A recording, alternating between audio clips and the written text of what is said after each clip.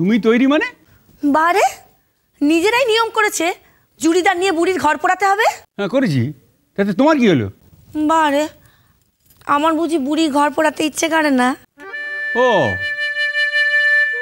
এই বুড়োকে পুড়িয়ে, বুড়োর ঘর পুড়িয়ে তোমার আশ মেটেনি, এখন বুড়ির ঘর পোড়াতে চাইছো? ও আমি তোমাকে পোড়াচ্ছি? তাছাড়া কি, কত বড় ভরটাই শুনেছিলাম কি উত্তম সুচিত্রার প্রেম হবে, দেখুন লক্ষণই তো দেখতে পাচ্ছি না। আরে আগে ঝগড়া তারপর তো প্রেম। ও ঝগড়াই তো হচ্ছে খালি, প্রেম কবে হবে? তোমার কত রিলের ছবি গো, হ্যাঁ? এরপরে আবার দুজনে রেফারি হয়েছে, কি কাণ্ড যে ঘটবে আমি কিছুই বুঝতে পারছি না। সেই জন্যই তো বলছি একটা বুড়ির ঘর বানাও, চলো তুমি আর আমি নামি, দেখবে কেউ জিততে পারবে না। তারপর আমরা দুজন জিতে দার্জিলিংয়ে। চুপ, খরচা কেন? আমার তো কোনো খরচই নেই, শুধু তো তোমার খরচ। চলো না গো যাই একবার হানিমুনে, কোনোদিনও তো যাইনি, গিয়ে ঘুরে আসি। না। যাবে না তো? বললাম তো না। বেশ যেও না, যেও না, দেখো কি হয়। এই ভয় দেখাবে না বলে দিচ্ছি, একদম ভয় দেখাবে না। ভয় দেখাচ্ছি না, কোনোদিনও তো কোথাও ঘুরতে নিয়ে গেলে না, বিয়ে তো প্রায় 40 বছর হয়ে গেল। 20 বছর আগে তো টেসে গেছো, নিয়ে যাবো কখন? অজুহাত অজুহাত অজুহাত, এই পুরুষ মানুষগুলো না শুধু অজুহাত দিয়ে গেল। দেখো গিন্নি, এই সব ঘরে অশান্তি, এই অশান্তি আর এই ঘরে ডেকে এনো আমি বলে দিলাম। বেশ সেই কথাই রইল, দেখো আমি কি করি। তোমার মাথায় আরো বড় টাক যদি না ফেলেছি। তুমি যা খুশি তাই করো, তুমি যা খুশি তাই করো, আমি আর ভাবতে পারছি না। এরপরে যদি গন্ডগোল হয় না, আমি সোজা কাশিবাসি হয়ে যাবে বলে দিলাম। গন্ডগোল? গন্ডগোল আমি পাকাচ্ছি নাকি? কে পাকাচ্ছি? তুই পাকাচ্ছি না তো গন্ডগোল তো। ইকিরে তুই? হ্যাঁ আমি। শোনো, আমি কোনো গন্ডগোল পাকাচ্ছি না, পাকাচ্ছে তোমার নাতি। কেন, সে আবার কি করলো? ঘুষ খাচ্ছে। কি খাচ্ছে?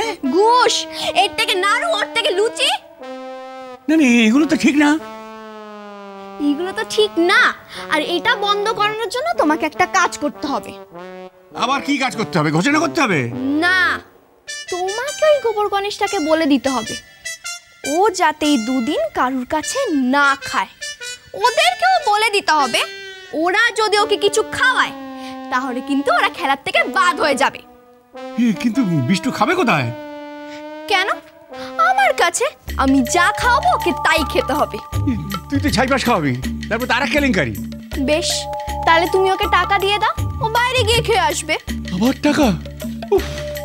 আমার টাকা, টাকার পেছনে সবাই হুমড়ি খেয়ে পড়েছে একেবারে। তোমার টাকের পেছনে আবার কে পড়লো? আছে আছে, অনেক লোক আছে, দার্জিলিং যাওয়ার জন্য খেপে উঠেছে একেবারে। কার কথা বলছো তুমি? কার কথা? আবার এই যে সবাই খেপে উঠেছে, সেই জন্যই তো ঘুষ দিচ্ছে, বুঝলি না? যাক, তাহলে তুমি বুঝেছো। এবার যদি সবাইকে জিতিয়ে দেয় আমি দেউলে হয়ে যাবো, আমি দেউলে হয়ে যাবো। তুই কাজ কর, তুই গিয়ে সবাইকে বল যে ঘুষ দিলে কিন্তু সব বাদ, যা বলে। তারপর উচ্ছেসে ভাত। বিষ্টুটা রেখে হলো, হ্যাঁ?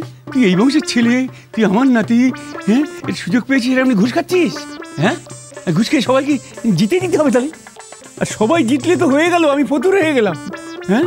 ছি ছি ছি ছি ছি। বিষ্টুকে নিয়ে পড়লে বুড়ো, দেখো অলক্ষী নিজে কি করে, টের পাবে আজ সন্ধ্যেবেলা। হ্যাঁ কি টের পাবো?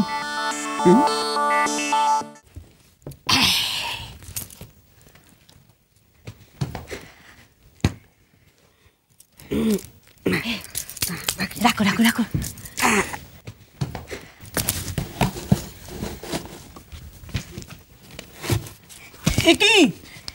কি করছো তোমরা?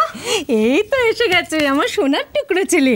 হ্যাঁ রে বাবা বিষ্টু, বলি তুই তো পাঁচটা সব করে গিয়েছিস, তা এই পুরনো বইগুলো তোর নিশ্চয়ই আর কোনো কাজে লাগবে না, কি বল? হ্যাঁ, তা হয়তো লাগবে না। জ্বালিয়ে দি মানে? না না, আমরা তোর ঘরটাকে পরিষ্কার করছি। তারপরে না বাবার কাছে জুতো পেটা খেতে হবে আমাকে। ছড়ো। ও বাবা বিষ্টু, সেটা তুই তো আমাদের বিরুদ্ধে যাবি। মা এত চিন্তা করছো কেন? আমি আছি তো। ঠিক, সত্যি তো আমাদের দাদু ভাই আছে।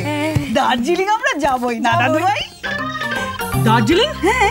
তোমরা দার্জিলিং এ? হ্যাঁ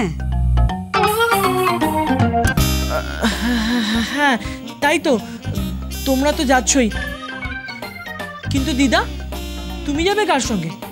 আমার সঙ্গে তো? তা তো বটেই, তোর সঙ্গে তো যাবো। তাহলে আমাকে যেতে হলে খেয়ে দিয়ে বেঁচে থাকতে হবে তো? খাওয়াচ্ছি। সে তো থাকতেই হবে দাদু ভাই, না খেলে তো শরীর শুকিয়ে যাবে। কিন্তু দিদা, মা না সকাল থেকে আমাকে কিচ্ছু খেতে দেয়নি, এখন দুপুর হতে চললো। উমা সে কি কথা বিষ্টু, এটা তো ঠিক কথা নয় যে আমি সারাদিন তোকে খেতে দিইনি। বল বাবা বল, তুই কি খাবি বল, আমি করে দেবো বল। মা অনেকদিন না ওই কচি পাঠার ঝোল খাইনি। খাবি কি করে?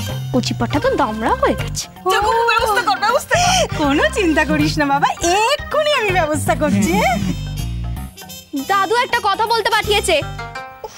জানতাম জানতাম ঠিক এসে ব্যাগরা দেবে। ব্যাগরা তো আমি দিচ্ছি না, দিচ্ছে দাদু।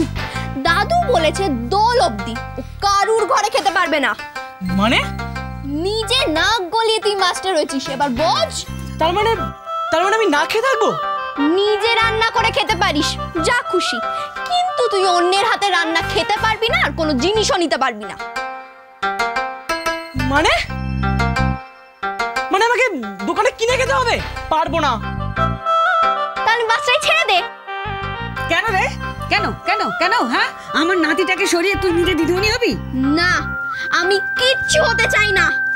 ও যখন মাস্টার হয়েছে ওকে নিয়ম মেনে চলতে হবে, ও নিজে রান্না করে খাবে। ঠিক আছে, একটা উপায় আছে, আমি তোকে সাহায্য করতে পারি যদি তুই চাস। মানে? আমি রান্না করে দিলে তুই খেতে পারিস। আমি তোর রান্না জীবনে খাবো না, আমি মাস্টারই ছাড়লাম, কোনো রেফারি হব না। বিষ্টু, ও বিষ্টু বিষ্টু বিষ্টু, মাথাটা ঠান্ডা কর বাবা, মাথাটা ঠান্ডা কর, এত রাগিস না। মাথা ঠান্ডা কর বাবা, মাথা ঠান্ডা কর, মাত্র তো 2 দিনের ব্যাপারে, একটু কষ্ট করে চালিয়ে নে। হ্যাঁ না মা, আমি কিছুতেই ওর হাতে রান্না খাবো না। কি নাকি খাই দেবে? ঠিক আছে, আমি যা খাবো তুইও তাই খাস। ওই তো ও বলছে ও যা খাবে তোকেও তাই খাবে। খা বাবা। না না, ওর কোনো বিশ্বাস নেই। একটু বিশ্বাস কর বাবা, একটু বিশ্বাস কর ওকে। ভেবে দেখ। মা! ও দাদু ভাই, দাদু ভাই শোন না দাদু ভাই, 2 দিন বাদে তো দোল, এই দোলটা কেটে যাক, তারপর তোকে কচি পাটা কেন, একটা আস্ত পাটার ঝোল তোকে খাওয়াবো। হ্যাঁ, মাথাটা একটুখানি ঠান্ডা করে বোঝ দাদু ভাই। ঠিক আছে, তোর হাত থেকে নিস্তার পাওয়ার জন্য আমি এই 2 দিন তোকে সহ্য করব। আমি যদি মাস্টারি ছেড়ে দিই, না জানি তুই কাকে জিতিয়ে দিবি, হয়তো বাবা মাকেই জিতিয়ে দিবি। না, তাহলে তো আমার দার্জিলিং যাওয়াটাই বেকার হয়ে যাবে। দাদু ভাই কি ভাবছিস? না ঠিক আছে, তোমরা যখন বলছো। দেখিস আজ ন্যাড়া পোড়া আমরা যেন জিতি। হ্যাঁ, আজ আমাদের নেড়া পোড়া, কাল আমাদের দোল। আমরা যাব দার্জিলিং, হবে না কোনো গোল, হবে না কোনো গোল, হবে না কোনো গোল। যাও যাও যাও, যে যার জায়গায় যাও। শোনো শোনো, এবার আমার মশাল থেকে যে যার মশাল জ্বালিয়ে নাও, ঠিক আছে? আস্তে আস্তে।